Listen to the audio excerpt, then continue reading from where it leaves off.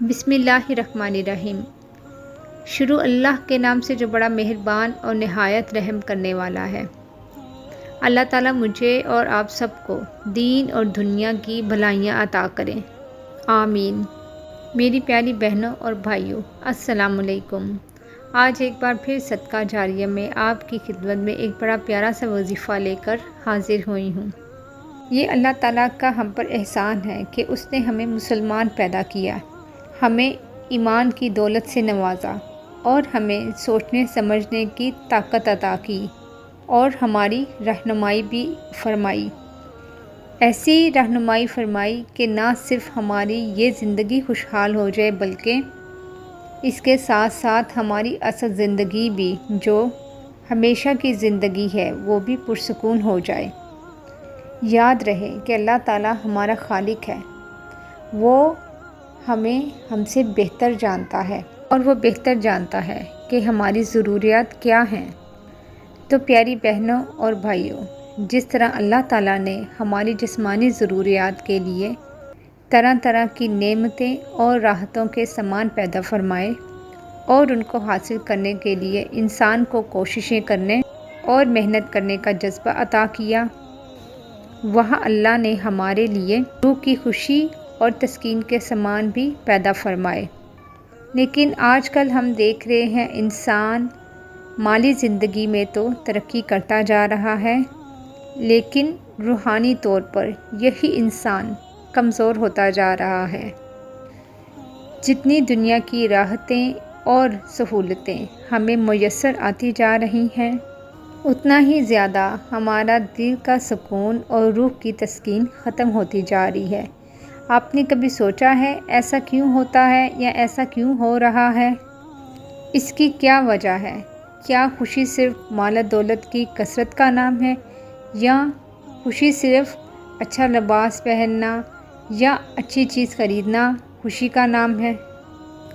آپ یقین جانیں بہت سے ایسے لوگ ہیں جنہیں دنیا کی ہر چیز میسر ہے، اچھا گھر، اچھی نوکری، کثرت سے رزق، لیکن وہ پرسکون نہیں ہیں، ان کی روح کو تسکین نہیں ملتی۔ ہم میں سے بہت سارے لوگ ایسے ہیں جن کو سکون میسر نہیں اور وہ رات کو صحیح طریقے سے سو بھی نہیں پاتے اور وہ ذہنی طور پر پریشان ہوتے ہیں۔ تو ایسے میں ہمیں چاہیے کہ ہم اپنے خالق ہی سے پوچھیں کہ اس کا علاج کس چیز میں ہے اور اس دنیا میں پرسکون رہنے کے لیے اسے کیا کرنا چاہیے۔ تو میری پیاری بہنوں اور بھائیوں، آج کی اس ویڈیو میں آپ کو ایسے کلمات بتانے جا رہی ہوں، آپ نے اس کلمے کو چلتے پھرتے پڑھنا ہے اور اللہ کے حکم سے آپ کی ساری پریشانیاں دور ہو جائیں گی۔ ان کلمات کی برکت سے آپ کی دکھ، درد، ٹینشن، ہر طرح کی پریشانی ختم ہو جائے گی۔ اور جو کلمات میں آپ کو بتانے جا رہی ہوں، قرآن پاک میں نبی کریم صلی اللہ علیہ وآلہ وسلم نے اسے ہر طرح کی پریشانی کا حل بتایا ہے۔ یہ کلمہ کیا ہے؟ آپ نے اس کی تفصیل جاننے کے لیے یہ ویڈیو لاسٹ تک دیکھنی ہے تاکہ آپ آسانی سے سمجھ سکیں کہ یہ آپ نے کیسے چلتے پھرتے پڑھنا ہے اور کوئی بھی چیز آپ سے مس نہ ہو جائے۔ آج کل تو ہر کوئی پریشان ہے، کسی کو مالی پریشانی ہے، کوئی کسی سے نالاں ہے، کوئی دکھ، کسی کو کوئی تکلیف اور کسی کو کوئی غم کھائے چلا جا رہا ہے، اور یہاں تک کہ بہت سارے لوگ پرسکون رہنے کے لیے نیند کی گولیوں کو بھی استعمال کرتے ہیں، انجیکشن تک لگواتے ہیں تاکہ وہ لوگ گہری نیند سو جائیں اور کم سوچیں اور کم پریشان ہوں۔ لیکن یاد رہے یہ کوئی مستقل حل نہیں ہے، ایسا کرنے سے انسان کی پریشانیاں ختم نہیں ہوتی۔ اصل سکون اور اطمینان صرف وہاں ہے جہاں اللہ تعالیٰ نے قرآن پاک میں بتایا ہے۔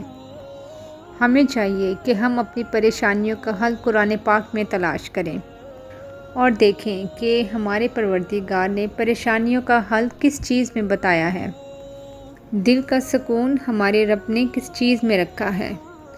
میری پیاری بہنوں اور بھائیوں، جب یہ سوال قرآن پاک سے کیا جاتا ہے تو قرآن پاک میں اس کا جواب اس آیت میں اس طرح سے ملتا ہے، الا بذکر اللہ تطمئن القلوب، یعنی غور سے سن لو، دلوں کا اطمینان اللہ کے ذکر میں ہے۔ لیکن افسوس، ہم دلوں کا اطمینان دنیاوی چیزوں میں، دولت میں تلاش کرتے ہیں، اور قرآن و حدیث میں اس کا حل کیا ہے اس کے بارے میں نہیں سوچتے۔ اپنی پریشانیوں کا رونا مخلوق کے سامنے روتے ہیں، اپنی زندگی اور اپنے اعمال کی طرف نظر نہیں جاتی کہ آیا میری زندگی کے شب روز اللہ کی اطاعت میں گزر رہے ہیں یا نافرمانی میں گزر رہے ہیں۔ میری پیاری بہنوں اور بھائیوں، یاد رہے، اللہ کا ذکر جتنی بار بھی کیا جائے گا اسی میں دل کا سکون اور اطمینان ہے۔ لیکن جو کلمہ میں آج آپ کو بتانے والی ہوں وہ کلمہ ہے استغفار کا۔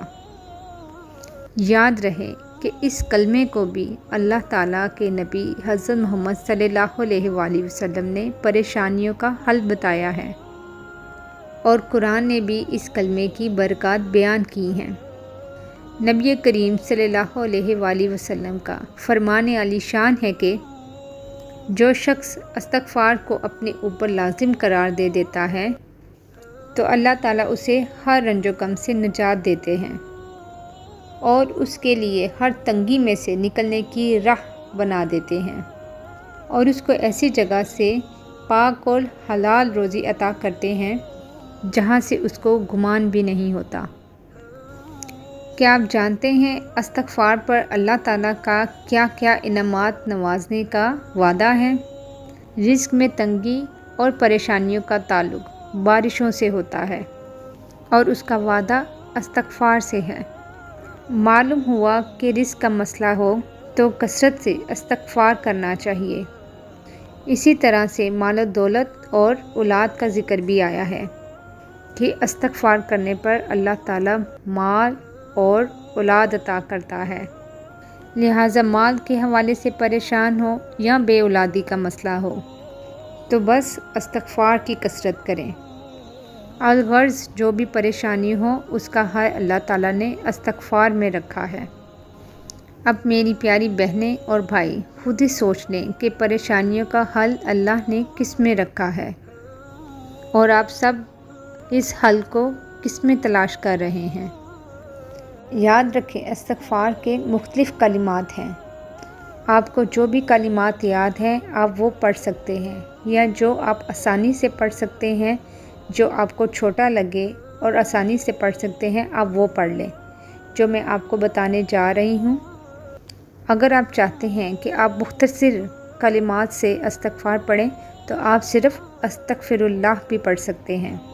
البتہ اس کے زیادہ مشہور کلمات میں سے یہ کلمات ہیں: استغفر اللہ الذی لا الہ الا هو الحی القیوم واتوب الیہ، استغفر اللہ ربی من کل ذنب واتوب الیہ۔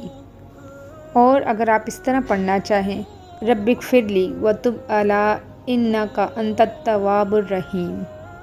دوستو، ان میں سے جو بھی کلمات آپ کو یاد ہیں یا جو بھی آپ آسانی سے پڑھ سکتے ہیں آپ اس کی کثرت کریں، اس کو کثرت سے پڑھیں، اور ان کلمات کو مسلسل چلتے پھرتے اٹھتے بیٹھتے پڑھتے رہنا چاہیے۔ آپ چلتے پھرتے ان کو پڑھیں اور ان کی برکات اپنی زندگی میں آپ خود اپنی آنکھوں سے دیکھیں گے۔ استغفار کے بہت سے ایسے واقعات ہیں کہ جو میں آپ کو سنانا شروع کروں یا میں آپ سے شیئر کرنا شروع کروں جو لوگوں کے تجربے ہیں تو شاید یہ ویڈیو بہت لمبی ہو جائے، لیکن آپ جتنا بھی دن میں اس کا ورد کر سکتے ہیں اس کا کریں۔ میری پیاری بہنوں اور بھائیوں، یہ آج کا بڑا پیارا سا عمل ہے جو آپ مختصراً جیسے آسانی سے کر سکتے ہیں اس کو کریں، اور دوسروں تک بھی اس کو شیئر کریں تاکہ دوسرے بھی اس سے فائدہ اٹھا سکیں، اور آپ بھی صدقہ جاریہ کا وسیلہ بنیں تاکہ آپ کے مرنے کے بعد بھی کوئی ایسا سلسلہ جاری رہے جس سے آپ کو ثواب ملتا رہے۔